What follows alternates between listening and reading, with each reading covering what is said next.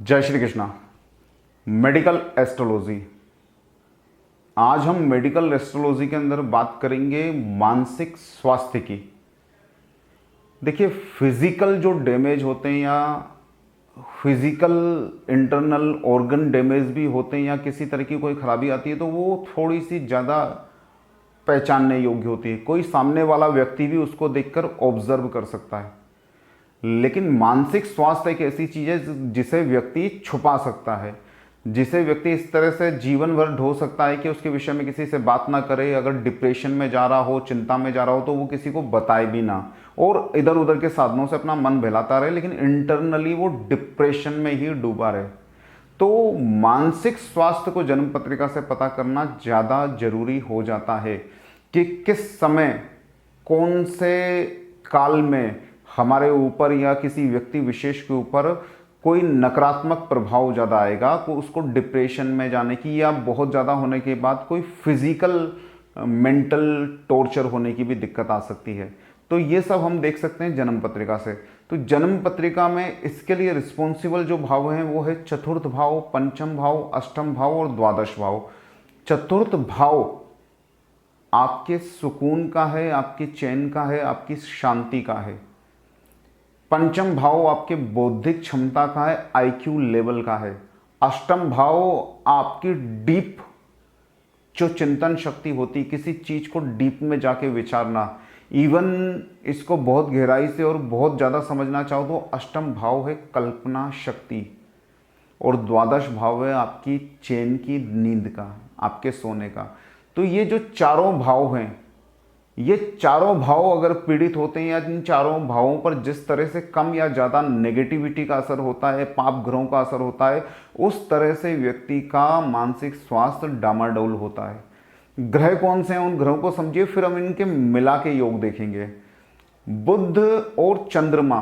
बुध आपका neurological system है, बुध आपका बुद्धि और विवेक है, बुध आपका विचार है और चंद्रमा आपकी कल्पना शक्ति है, चंद्रमा आपकी मनन शक्ति। और वास्तविक रूप से अगर मानसिकता अगर किसी को कही जाए तो वो आपका चंद्र ही है।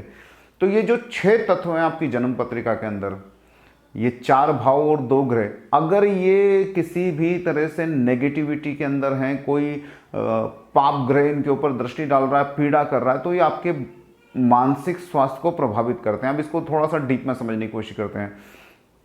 किसी जन्म पत्रिका के अंदर चतुर्थेश पीड़ित है, चतुर्थ भाव पीड़ित है, चतुर्थ भाव के अंदर या पंचम भाव के अंदर या अष्टम भाव के अंदर या द्वादश भाव के अंदर अस्त ग्रह मौजूद है, या इन चारों भावों के स्वामी अस्त हैं, या इन चारों भावों के स्वामी इन भावों में ही 100 ग्रह योग स्थित हैं, लेकिन उनके ऊपर पाप ग्रह की दृष्टि है।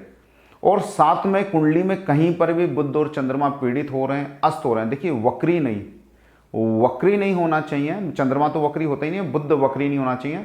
अगर बुध अस्त होके वक्री हुआ है तो नेगेटिव हो जाएगा, और सिर्फ अस्त है तो पूरा नेगेटिव है ही।